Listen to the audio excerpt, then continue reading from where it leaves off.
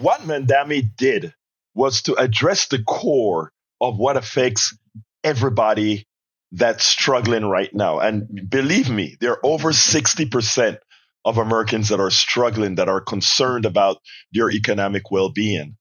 And so it was interesting the way this panelist addressed Katy when Katy tried to imply some issues with Mamdani and the white working class. The truth of the matter is Mamdani is doing fine among every part of the working class.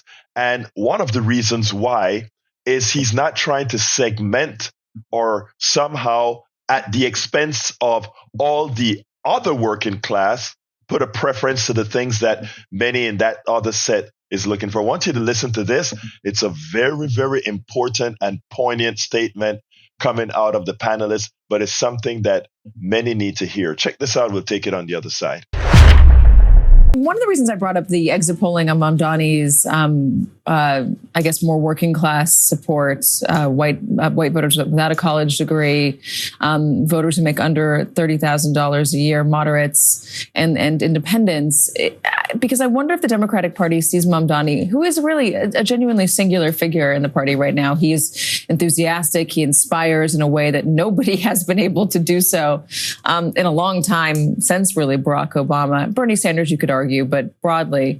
I wonder if they look at Mamdani's success here and say, we need to run an AOC, or we need to run somebody like Bernie Sanders in 2028, or do they look at those breakouts in the polling and question whether that's a good idea nationally? Right. Well, I think we get caught up in semantics of the label of Democratic Socialist. Yeah. What he is promising is what Democrats used to promise when they were more like Democrats as opposed to weak-leaning Republicans. And so the Democratic Party keeps chasing these sort of white working class voters that left with Jimmy Carter, and they haven't come back, but they're obsessed with getting them back. Did they leave with Jimmy Carter? I mean, Bill Clinton won quite a few he got of them. some of, there are only 2 times, let's say, white women voted for the Democratic presidential nominee since we started collecting data in 1952.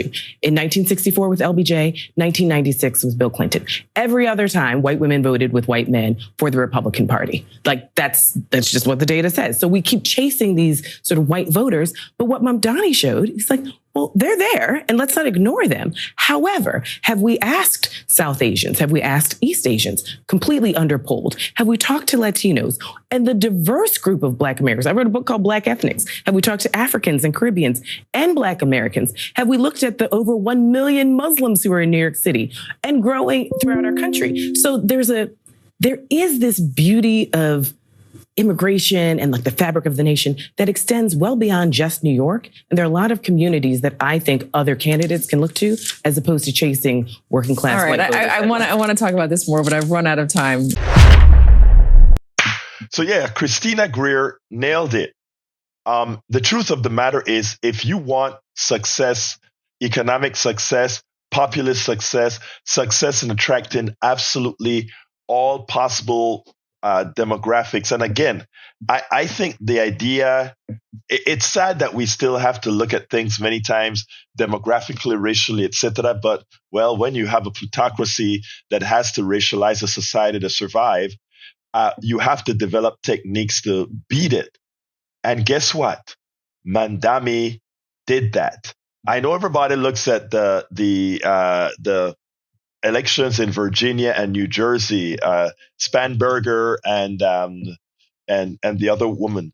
But let me tell you, the real election to see how you address and reach people was how Mamdani did it. That is a template the Democratic Party better hold on to, and they better hold on to quickly, because the policies that Mamdani stands for are the policies people not only in New York want. And if then everybody deem that democratic socialist policies, and the people start to acknowledge, wait a minute, we like what Mamdani is saying. If that's what you want to call it, yeah, that's what we want.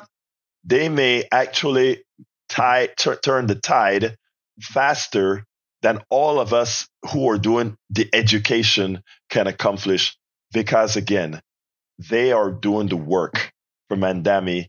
Exactly so.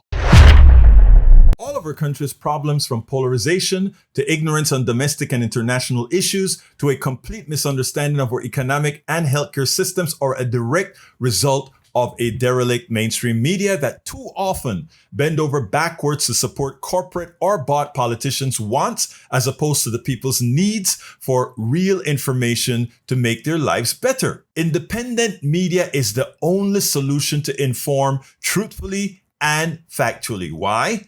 Because our loyalties are to you, the ones who fund us with small dollar contributions and subscriptions.